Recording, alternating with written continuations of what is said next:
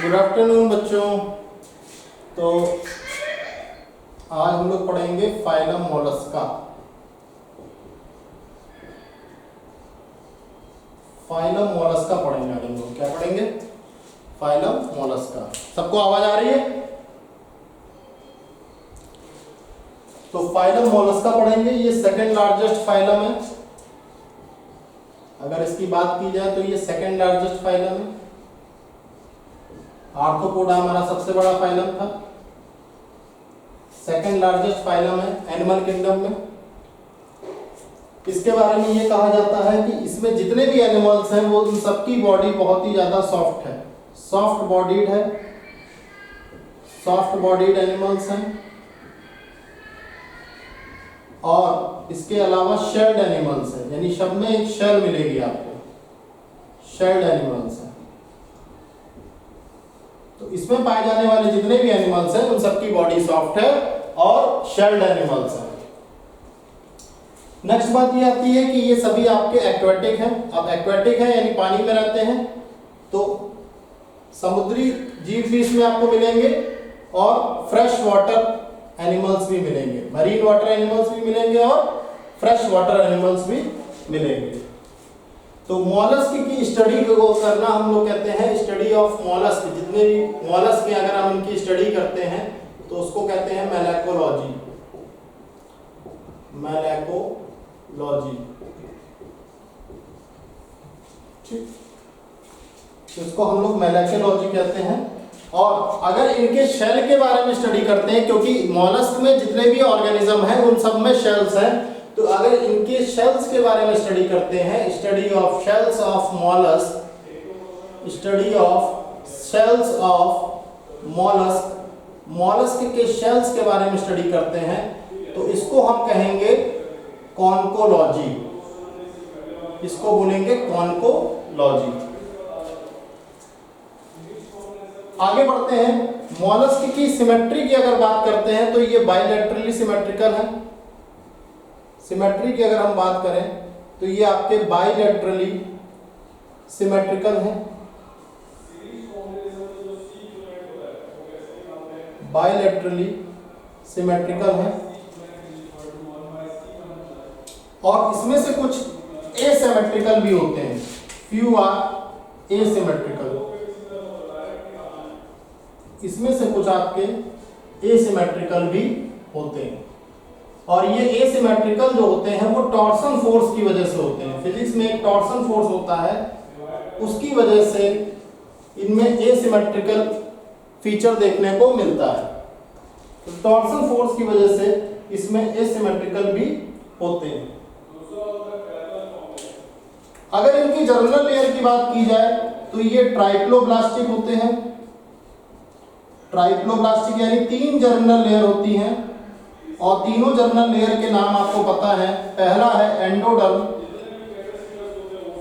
दूसरा है एक्टोडर्म और तीसरा है आपका मीसोडर्म। अगर हम बात करें इनकी बॉडी कैविटी की तो ये सभी आपके कॉलमेट होते हैं। ये सभी आपके कॉलमेट होते हैं और organ system level of body organization होता है। Organ system level of organization होता है।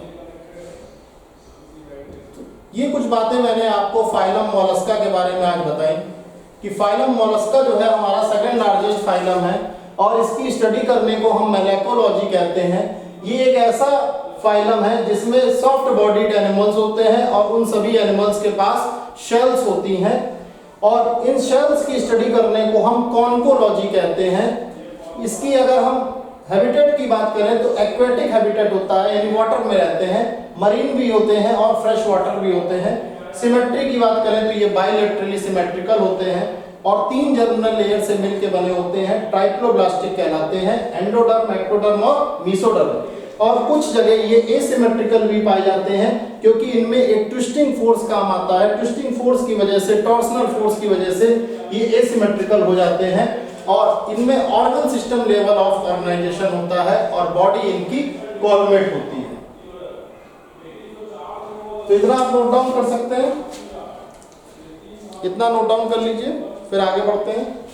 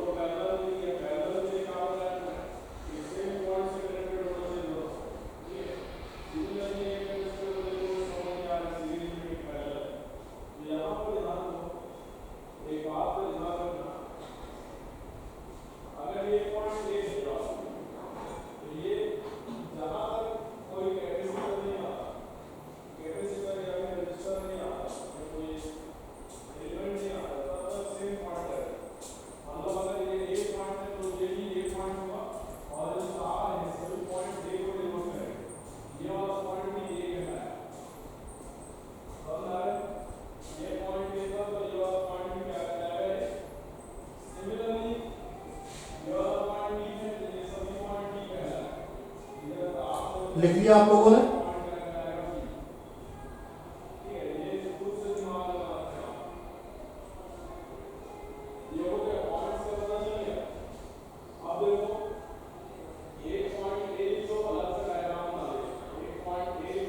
Noted down?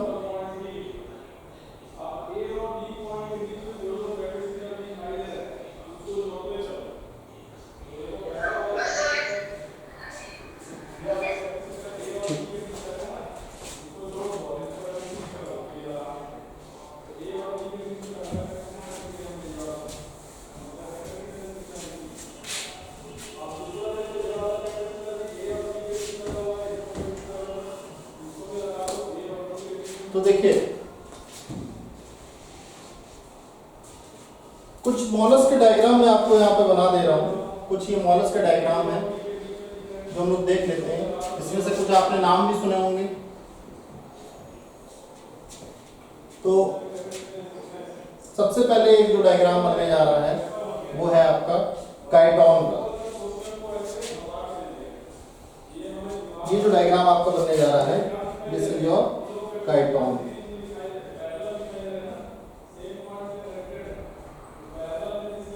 काइटोन नाम का ये मॉलस्क है। इसका अगर आप डायग्राम देखेंगे तो यहाँ पे कैलकेरियस स्पिक्यूल्स होते हैं। कैलकेरियस स्पाइक्यूल्स होते हैं और यहाँ पे इस तरीके से शेल प्लेट्स होती हैं। कैलकेरियस शेल प्लेट्स कहते हैं इनको। तो ये जो है आपकी कैलकेरियस शेल प्लेट्स हैं।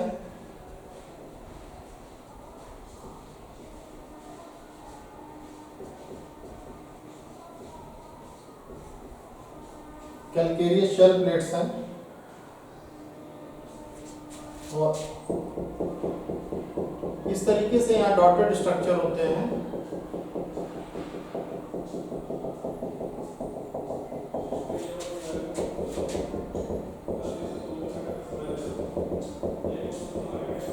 These are the dotted structures। ये डॉटेड स्ट्रक्चर्स हैं।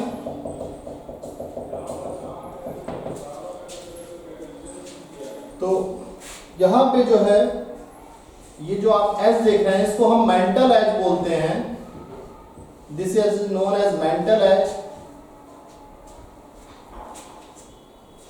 उसी प्रकार से एक और आपका मॉलस्क का डायग्राम है।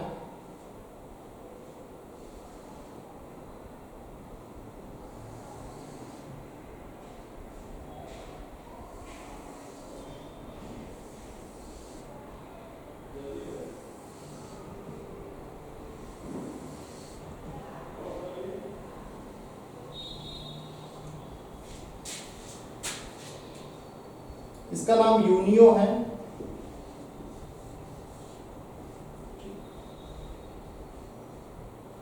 फिर इसके बाद हमारा एक डायग्राम है ऑक्टोपस का।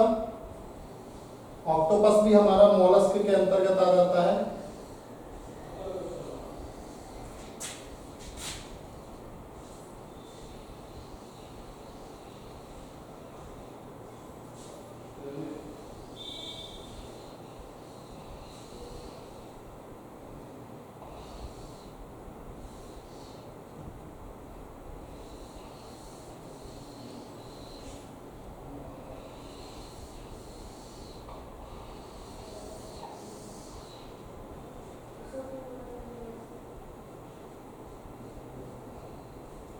This is your octopus. ये ऑक्टोपस का डायग्राम है।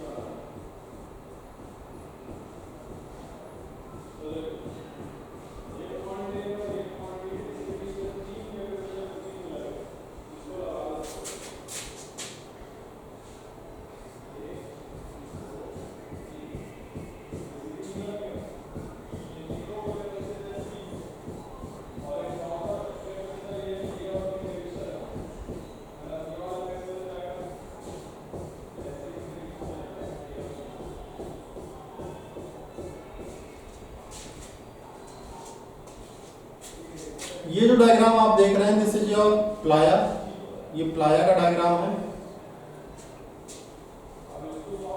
इसके बाद एक डायग्राम हम आपको लास्ट डायग्राम बनाने जा रहे हैं, वो है डेंटेलियम का डायग्राम।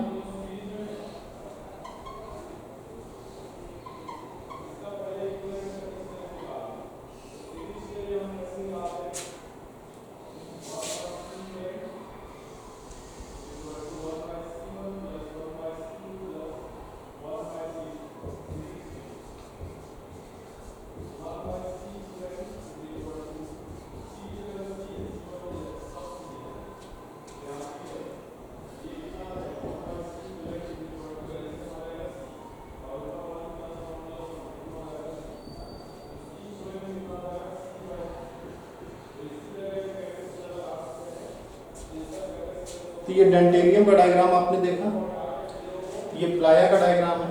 तो टोटल हमने 1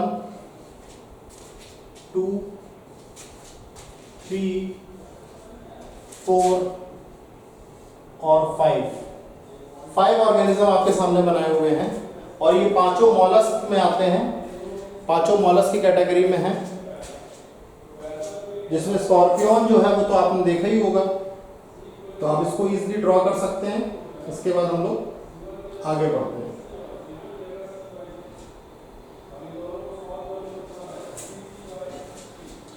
तो इसलिए अपने अपने कॉमन नेम भी है, जैसे प्लाया है तो प्लाया का नाम है एप्पल स्नेल, प्लाया का नाम है एप्पल स्नेल, इसको हम एप्पल स्नेल के नाम से जानते हैं। ठीक। डेंटेलियम को हम जो है इसको टस्क शेल के नाम से जानते हैं, this is known by the name of tusk shell.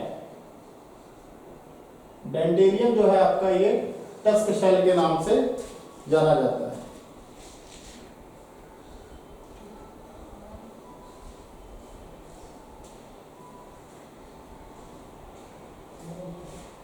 काइटोन की अगर हम बात करें तो इसको हम कहते हैं sea mica, this is known by the name of sea mica.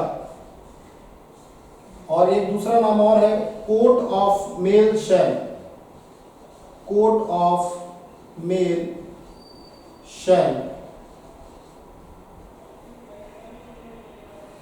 ये काइटोन का नाम है।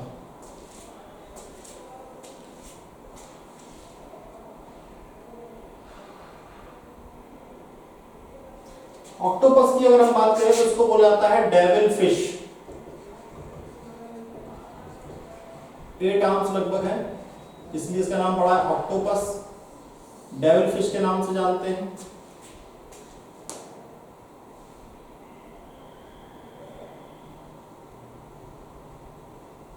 और यूनियो को हम बोलते हैं fresh water muscle, fresh water muscle.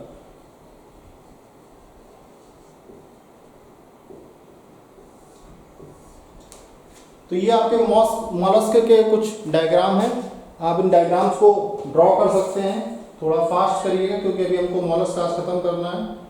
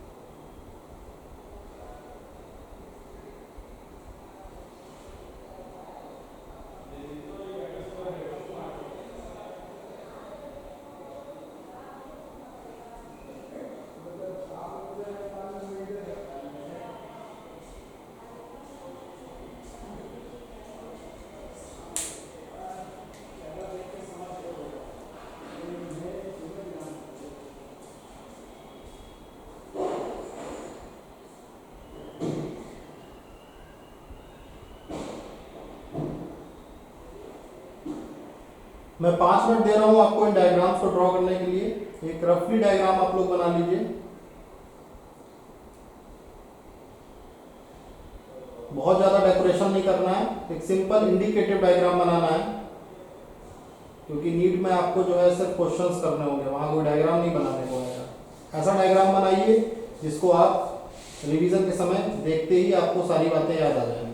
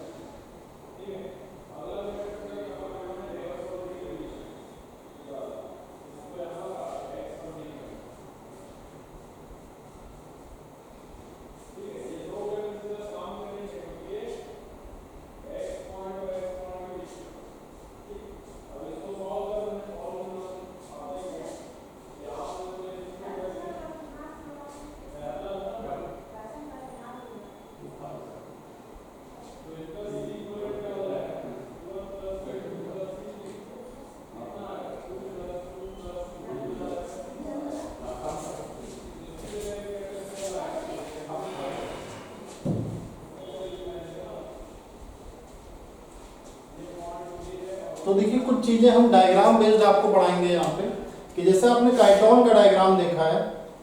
काइटोन के डायग्राम में आप ये देख रहे हैं कि यहाँ पे एक टर्म आया था मेंटल एज। ये जो स्पेस है इसको हम मेंटल एज कहते हैं। और यहाँ पे आपने कुछ टर्म्स देखे होंगे, यहाँ पे है कैलकेरियस स्पाइक्यूल्स। कैलकेरियस स्पाइक्यूल्स के साथ साथ यहाँ पे आपने देखा कैलकेरियस शेल प्लेट्स हैं। तो एक्चुअली में होता क्या है कि जो आपका ये मेंटल है, ये मेंटल ही आपका कैलकेरियस शेल को सीक्रेट करता है। ये जो मेंटल एज है यही आपका ये जो कैलकेरियस शेल्स बनी है इसको ये सीक्रेट करता है। और ये बना होता है कैल्शियम कार्बोनेट से। ये जो आप कैलकेरियस शेल प्लेट्स देख रहे हैं ये आपका बना होता है कैल्शियम कार्बोनेट से।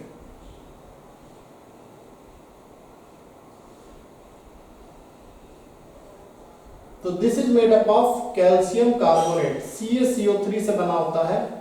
और इसके साथ साथ दो चीजें सीक्रेट करता है, एक आपका कैल्शियम कार्बोनेट से बनी हुई कैलकेरियस शेल्स बनाता है ये, दूसरा यहां पे कॉन्क्योलिन नाम का एक प्रोटीन का सीक्रेशन होता है, कॉन्क्योलिन प्रोटीन। तो ये आपका जो है काइटोन जो मॉलस्क है, काइटोन में आप देखते हैं कि जो इसका मेंटल एज है इसमें जो सीक्रेशन होता है वो कैलकेरियस शेल प्लेट्स का होता है। और ये calcareous shell plates mantle edge के द्वारा ही सीक्रेट हो रही हैं। तो इस पर भी एक क्वेश्चन बनता है कैल्शियम कार्बोनेट का कि कैल्शियम कार्बोनेट से बनी होती है आपकी कैलकेरियस शेल्स। और दूसरा कौन सा प्रोटीन है जो आपका मेंटल एज सीक्रेट करता है, तो उसमें आपका आ जाता है कॉन्क्योलिन प्रोटीन। बाकी जो आप ये स्ट्रक्चर देख रहे हैं ये आपके स्पाइक्यूल्स कहलाते हैं। इधर जो स्ट्रक्चर्स आप देख रहे हैं ये आपके स्पाइक्यूल्स कहलाते हैं। काइटोन को हम सी माइका या कोट ऑफ मेल शेल के नाम से भी जानते हैं, कोट ऑफ मेल शेल के नाम से भी जानते हैं। इसको आप नोट डाउन कर लीजिए।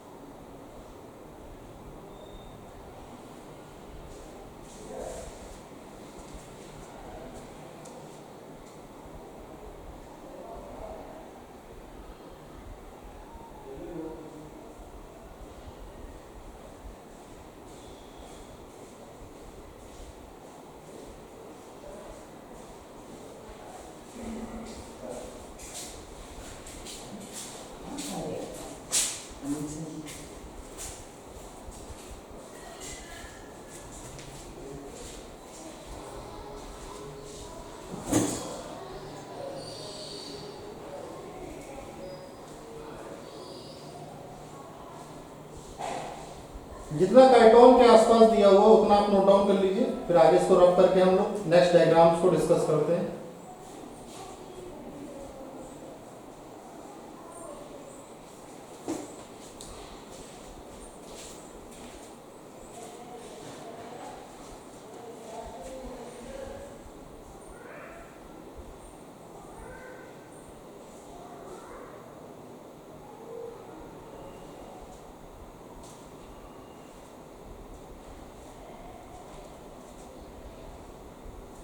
तो आपको एक बात ये समझ में आ गई कि जो मेंटल एज है ये मेंटल एज ही एक प्रकार की सॉफ्ट मॉइस्ट स्किन है।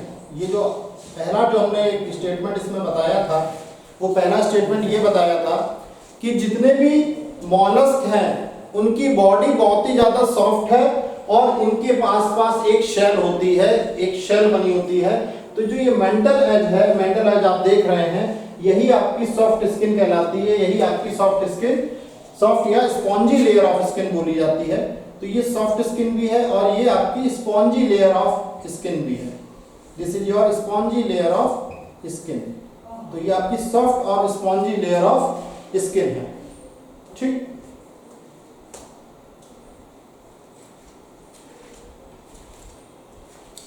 नोट डाउन कर लिया आप लोगों ने? ये वाले डायग्राम में जितनी बातें लिखवाई थी ये सब लिख लिया आप लोगों ने? यस और नो? ठीक है, तो अब इस डायग्राम को, काइटोन वाले डायग्राम को हम रब कर देते हैं, ठीक है, ताकि बाकी डायग्राम्स की लेबलिंग और उसके डिस्कशंस को हम यहाँ पे लिख सकें। तो इसको हम रब कर देते हैं काइटोन को। काइटोन हमारा पहला डायग्राम था। ठीक, अब देखिए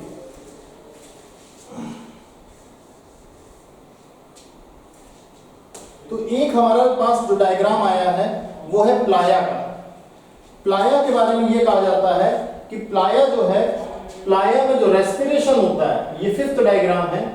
प्लाया में जो रेस्पिरेशन होता है, रेस्पिरेशन, प्लाया भी अपने आप में एक मॉलस्क है, तो इसके जो विशेष प्रकार के रेस्पिरेटरी ऑर्गन है, तो यहाँ पे रेस्पिरेशन होता है आपका पल्मोनरी सैक से। यहाँ पे जो रेस्पिरेशन होता है वो पल्मोनरी सैक से होता है। पल्मोनरी सैक बोले तो पल्मोनरी बैग कह सकते हैं। और इसके अलावा ये पल्मोनरी सैक के द्वारा रेस्पिरेशन तब करता है जब ये लैंड पे होता है, और जब ये वाटर में होता है तब ये गिल्स के द्वारा रेस्पिरेशन करता है। जब ये वाटर में होता है तो ये गिल्स के द्वारा रेस्पिरेशन करता है। प्लाया को हम एप्पल स्नेल के नाम से भी जानते हैं, प्लाया को हम एप्पल स्नेल के नाम से भी जानते हैं। तो इसका जो रेस्पिरेशन हम लैंड में देखते हैं वो पल्मोनरी सैक के द्वारा होता है, और वाटर में जो देखते हैं वो हमारा गिल्स के द्वारा होता है। तो दो बातें हमको समझ में आ गई कि जो रेस्पिरेशन है मॉलस्क का वो फेदर लाइक गिल्स के जरिए होता है। अगर रेस्पिरेशन की हम बात करें तो respiration of mollusc is carried out by feather-like gills. It's carried out by feather-like gills. feather-like gills के द्वारा ये रेस्पिरेशन आपको देखने को मिलता है। ठीक, तो ये जो रेस्पिरेशन होते हैं feather-like gills, इन्हीं को हम बोलते हैं टेनिडिया, जिसमें सी साइलेंट रहता है। इसको हम एक और नाम से जानते हैं जिसका नाम है टेनिडिया। टेनिडिया के नाम से हम इनको जानते हैं। बाकी मैंने आपको बताया कि पल्मोनरी सैक के द्वारा जो रेस्पिरेशन होता है वो हमको प्लाया में देखने को मिलता है, और प्लाया को हम एप्पल स्नेल भी कहते हैं। प्लाया को हम एप्पल स्नेल के नाम से भी जानते हैं, जिसमें लैंड में जब वो रहता है तो पल्मोनरी सैक से होता है, और जब पानी में रहता है तो वो गिल्स के द्वारा रेस्पायर करता है। तो रेस्पिरेशन संबंधित भी एक बात हमको जानने को आ गई कि किस प्रकार मॉलस्क में रेस्पिरेशन होता है। तो ये मॉलस्क का रेस्पिरेशन भी हमने देख लिया। तो आप इसको भी नोट डाउन कर सकते हैं। ये जो इतना मैटर है, this matter you can write it down in your notebook.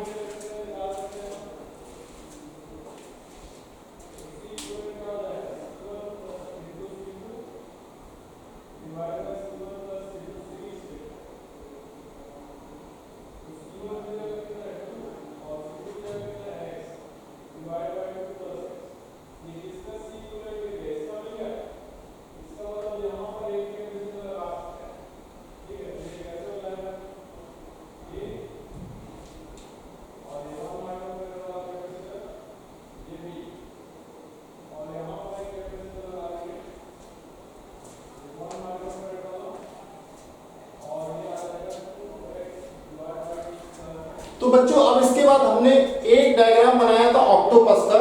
तो जो ये ऑक्टोपस का डायग्राम है, ऑक्टोपस के डायग्राम में हम नर्वस सिस्टम की बात कर लेते हैं। ये जो ऑक्टोपस का नर्वस सिस्टम होता है ये क्लोज टाइप नर्वस सिस्टम होता है। ये जो ऑक्टोपस का नर्वस सिस्टम है this is close type nervous system.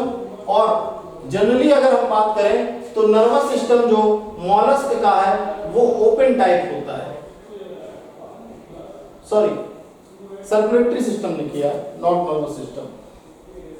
यहां जो सर्कुलेटरी सिस्टम होता है, सर्कुलेटरी सिस्टम जो है आपका वो आपका मॉलस्क में ओपन टाइप देखने को मिलता है। मगर जब हम बात करते हैं सिफेलोपोडा की, सिफेलोपोडा में सर्कुलेटरी सिस्टम आपका क्लोज टाइप होता है। तो सिफेलोपोडा का जो एग्जांपल है, सिफेलोपोडा का जो अच्छा सा एग्जांपल है वो है आपका ऑक्टोपस। तो ये आपका क्लोज टाइप है और ऑक्टोपस का एग्जांपल है। तो सर्कुलेटरी सिस्टम के बारे में भी हमने जानकारी प्राप्त कर ली कि सर्कुलेटरी सिस्टम जो मॉलस्क का होता है वो आपका ओपन टाइप होता है। मगर एक एक्सेप्शन देखने को मिलता है ऑक्टोपस में, जो कि 8 आर्म्स स्ट्रक्चर होता है, जिसको हम डेविल फिश के नाम से भी जानते हैं। ऑक्टोपस जो है सिफेलोपोडा, यहाँ पे क्लोज टाइप का सर्कुलेटरी सिस्टम होता है। ठीक,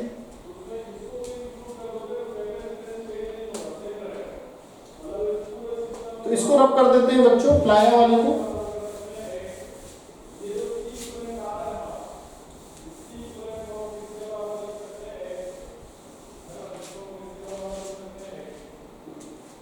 अब बात करते हैं बच्चों एक्सक्रीटरी सिस्टम की।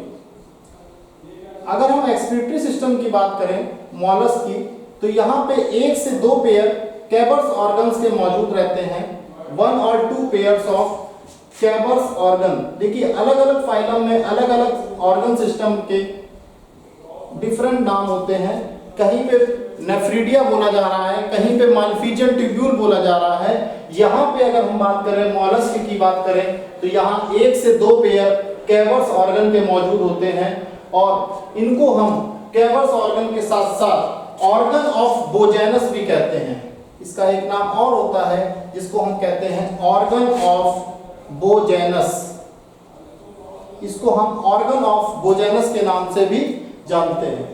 तो ऑर्गन ऑफ बोजेनस की बात की जाए तो इनकी खासियत ये होती है कि ये मेंटल कैविटी की तरफ ओपन होते हैं, opens into the mantle cavity. जो अभी मैंने मेंटल कैविटी आपको बना के दिखाई थी, वहां पर इनकी ओपनिंग होती है। अगर हम इनके एक्सक्रीटरी मैटर की बात करें तो 2 प्रकार के एक्सक्रीटरी मैटर हैं। एक है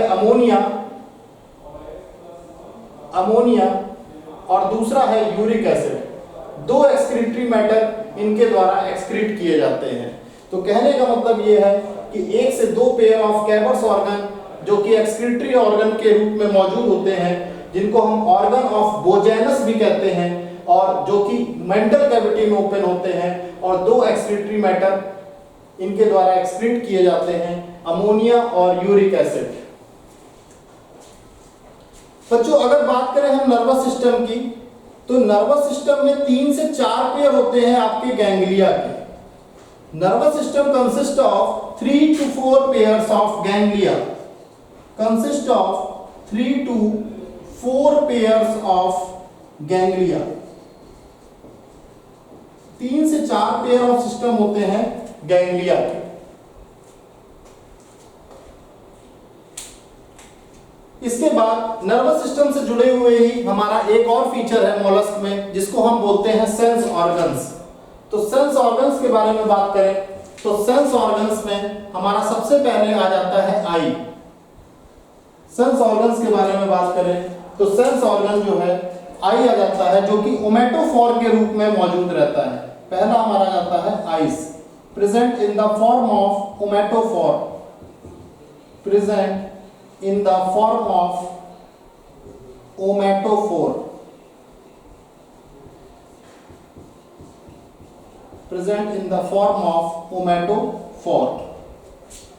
दूसरा सेंस ऑर्गन जो आ जाता है उसको कहते हैं स्टेटोसिस्ट। स्टेटोसिस्ट का एक ही काम है कि किस प्रकार मॉलस्क अपनी बॉडी में फूड के दम पर इक्विलिब्रियम मेंटेन करेगा।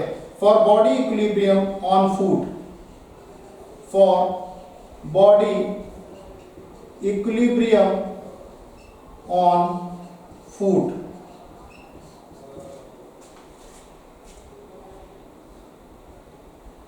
तीसरा जो हमारा सेंस ऑर्गन आ जाता है उसको हम कहते हैं ऑस्फ्रेडियम। तीसरे सेंस ऑर्गन को हम कहते हैं ऑस्फ्रेडियम। ऑस्फ्रेडियम की अगर बात की जाए तो ये एक प्रकार का कीमो रिसेप्टर है। ये एक प्रकार का कीमो रिसेप्टर है। तो 3 सेंस ऑर्गन हमको देखने को मिले। जो आपका लास्ट सेंस ऑर्गन है ऑस्फ्रेडियम, जिसको हम कीमो रिसेप्टर के रूप में देखते हैं, ये आपका एक कीमो रिसेप्टर भी है और ये एक ऑल्फैक्टरी रिसेप्टर भी है, जिसके द्वारा हम सुगंध और स्वाद दोनों की पहचान कर लेता है मॉलस्क का। ये ऑल्फैक्टरी रिसेप्टर भी है। ऑल्फैक्टरी रिसेप्टर जो है आपके किसी भी प्रकार की सुगंध दुर्गंध को पहचानने में हेल्प करते हैं, और कीमो रिसेप्टर जो है वो आपका केमिकल नेचर जो भी होता है, किसी भी कंपाउंड का केमिकल नेचर के बारे में जानने में मदद करता है। तो वाटर का केमिकल नेचर कैसा है ये कीमो रिसेप्टर पता करके मॉलस्क को बता देता है। For testing the chemical quality of water, for testing the chemical quality of water.